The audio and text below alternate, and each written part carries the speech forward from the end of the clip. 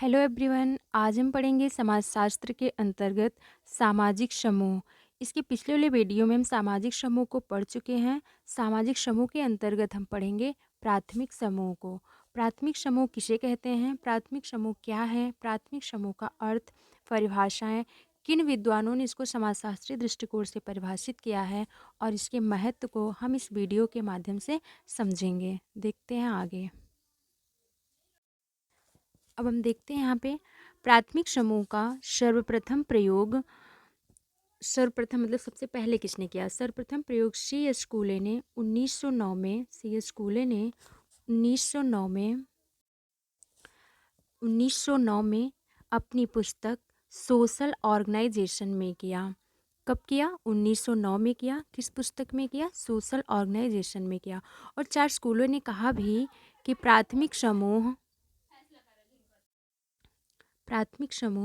एक ऐसा समूह है जिसमें सदस्यों की संख्या कम होने के कारण लघु आकार एवं आमने सामने का प्रत्यक्ष और अनौपचारिक संबंध पाया जाता है। क्या पाया जाता है? आमने सामने का प्रत्यक्ष और अनौपचारिक संबंध पाया जाता है।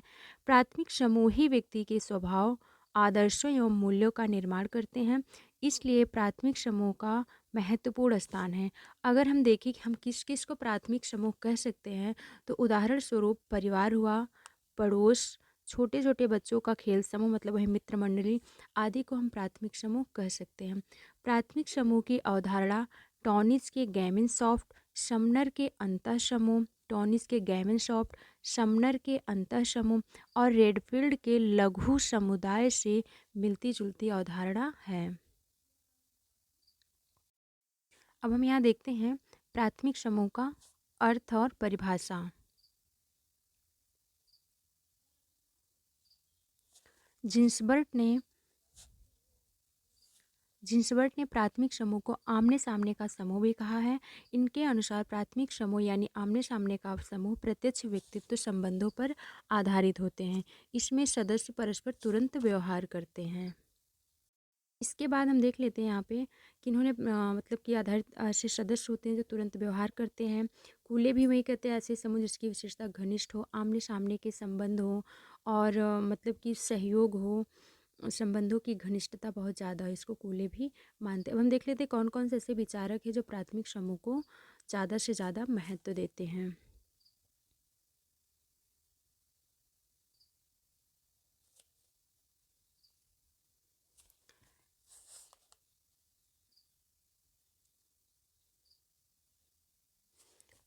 क्रोजर एवं रोजनबर्ग कौन है? क्रोजर एवं रोजरबर्ग इन्होंने प्राथमिक समूह की आलोचना करते हुए कहा है कि प्राथमिक समूह जो है वह भाई भतीजावाद, पक्षपात एवं धन एकत्रीकरण के लिए उत्तरदायी है। मैकाइवर, पेज एवं कूलेन इन्होंने प्राथमिक समूह में आमने सामने संबंधों को पर मतलब विशेष जोर दिया। किंग्सले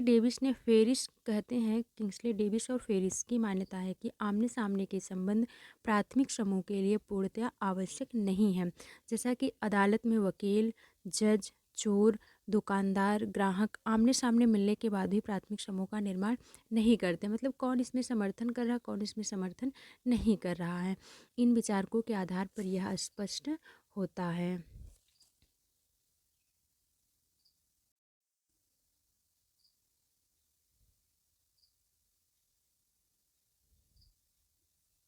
किम्बाल यंग ने कहा प्राथमिक समूह मतलब ये मानते हैं कि प्राथमिक समूह में घनिष्ठ संबंधों को महत्वपूर्ण माना जाना चाहिए और कहते हैं कि इसमें परस्पर घनिष्ठ संपर्क होते हैं और सभी व्यक्ति समरूप से कार्य करते हैं।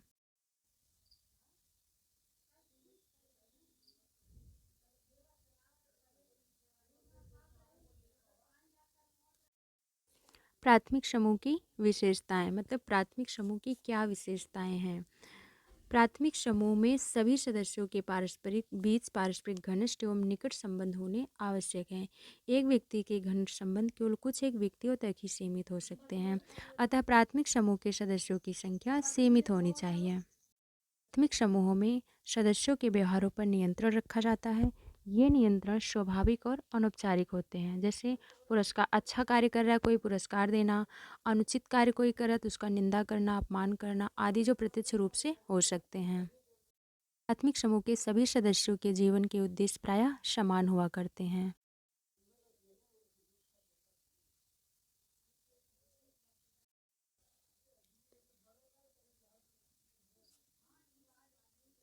कूले के अनुसार सामाजिक समूह की क्या विशेषताएं? अब हम समाजशास्त्रीय दृष्टिकोण से देख लेते हैं किन की क्या विशेषताएं हैं।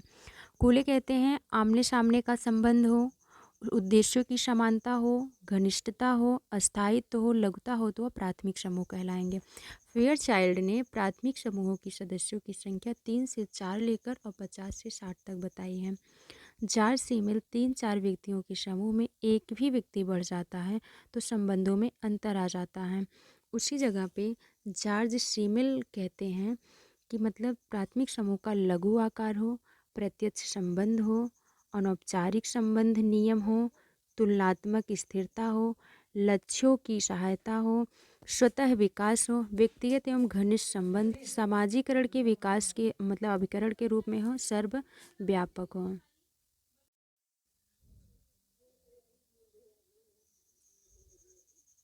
अब हम देखते हैं प्राथमिक समूह का क्या महत्व है। प्राथमिक समूह से क्या होता है कि पहला है सद्गुणों का विकास करना। सद्गुणों के विकास से प्राथमिक समूहों में व्यक्तियों के संबंध घनिष्ठ और वैयक्तिक होते हैं, जैसे हम पढ़ते आ रहे हैं। इनमें रहकर व्यक्ति जिन सद्गुणों को सीखता है वे अस्थायी प्रकृति के होते हैं, क्योंकि वो हमेशा होता रहता है। परिवार को मान लेते हैं तो परिवार तो कुछ गलत सिखाएगा नहीं, और अगर इस तरीके से वो हमेशा फॉलो करते रहेंगे। यही कारण है कि सद्गुण व्यक्ति के अभिन्न अंग माने जाते हैं और व्यक्ति आजीवन इनका पालन करता है। दूसरा है हमारा सामाजिक नियंत्रण।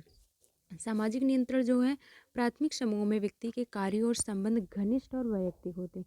इनमें रहकर व्यक्ति मतलब वही है जो सद्गुण आदि का विकास करता है। वो सब संतोष प्रदान करना। प्राथमिक समूह व्यक्ति को आंतरिक संतोष प्रदान करते हैं। इसका क्यों करते हैं? तो ये घनिष्ठ संबंधों वाले समूह होते हैं। मेल मिलाप होता है, आमोद प्रमोद, हंसी मजाक, अपनत्व की भावना होती है, स्नेह प्रेम, आंतरिक संतोष होता है। तो ये मतलब कि अन्यत्र जो अन्य किसी जगहों पे मिलना असंभव माना जाता है, जो प्राथमिक समूह में पाया जाता है। सामाजिक व्यवहार का निर्धारण भी यहीं से होता है। कहा जाता है जैसे परिवार को प्राथमिक पाठशाला भी कहा गया है। इस तरीके से प्राथमिक समूहों में ही व्यक्तियों के सामाजिक व्यवहार का निर्धारण किया जाता है। परिवार में बच्चे को सिखाया भी जाता है। सामाजिक व्यवहार का निर्धारण वही है, किस तरीके से उनको सिखाया जाता है। व्यक्तित्व निर्माण में सहायक होता है। प्राथमिक समूह जो है, जन्म लेते ही अपने आप प्रत्येक बच्चा परिवार नामक प्राथमिक समूह का सदस्य बन जाता है। परिवार में रहकर यह बच्चा प्राणी से मनुष्य बनता है। परिवार के अन्य सदस्यों के प्रभाव एवं सहयोग तथा शिक्षा द्वारा उसके व्यक्तित्व का क्रमशः विकास होता है। परिवार ही सब कुछ सिखाता है जो समाज में चल करके वह होता है।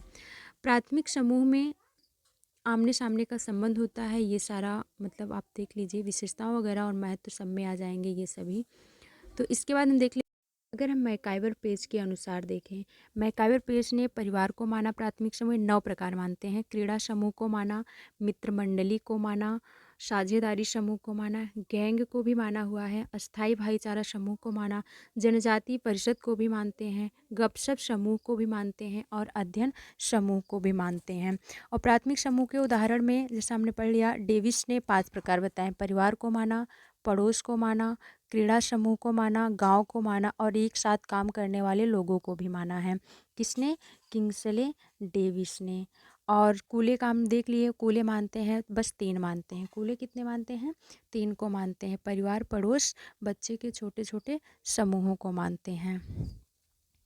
और महत्व में हमने देख ही लिया कि गुणों का विकास होता है, स्वस्थ मनोरंजन होता है, नियंत्रण में योगदान होता है, व्यक्तित्व के निर्माण में होता है, मतलब और पशु प्रवृत्तियों का मानवीकरण किया जाता है प्राथमिक समूहों के द्वारा। तो इस तरीके से प्राथमिक समूह हमारा किस तरीके से एक भावी जीवन में योगदान करता है।